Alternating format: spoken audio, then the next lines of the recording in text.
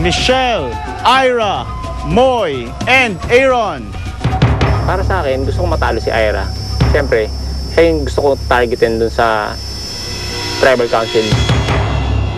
Survivors, are you ready? Go! Ira, nakapwesto na. Ganon din si Aaron. 10 seconds left. Moy, nakakuha na. 5, 4, 3, 2, 1. It's a close game. Next round. Go! Si Ira umaalog-alog. 5 seconds left. 5, 4, 3, 2, 1. Ang titibay ng apat na ito.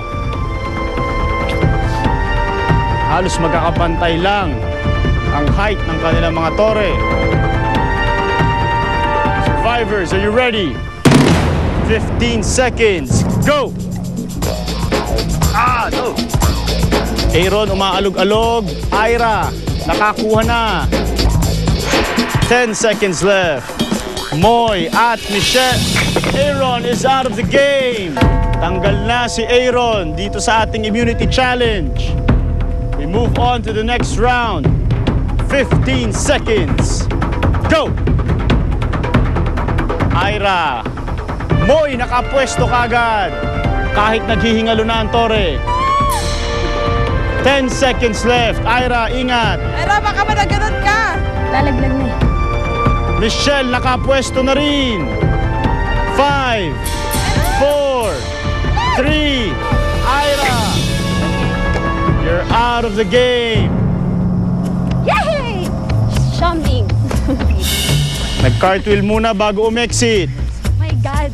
Mali lang pala ako ng move. Dapat sa gilid-gilid ako kumukuha para if ever na umangat siya ng umangat, meron pa akong nakukuwang extra. Eh kaso lahat ng block ko, ang bilis kunin sa gitna. It's now Moy versus Michelle for immunity.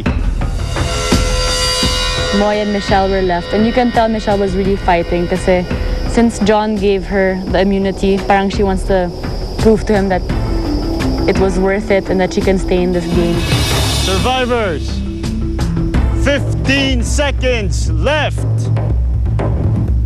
Ready, go! Michelle, nakagalaw! Ganon din si Moy. It's a tied game. My God. Mas lalo akong kinabahan kasi yung mga natira na nandun sa kanan ko, go Moy, go Moy.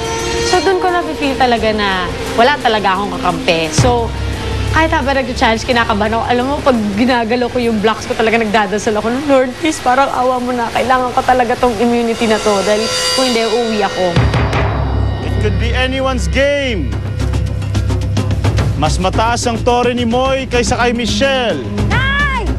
Naku! Remember, this is for individual immunity. Survivors, are you ready? Go! Moy, dumidiskarte na.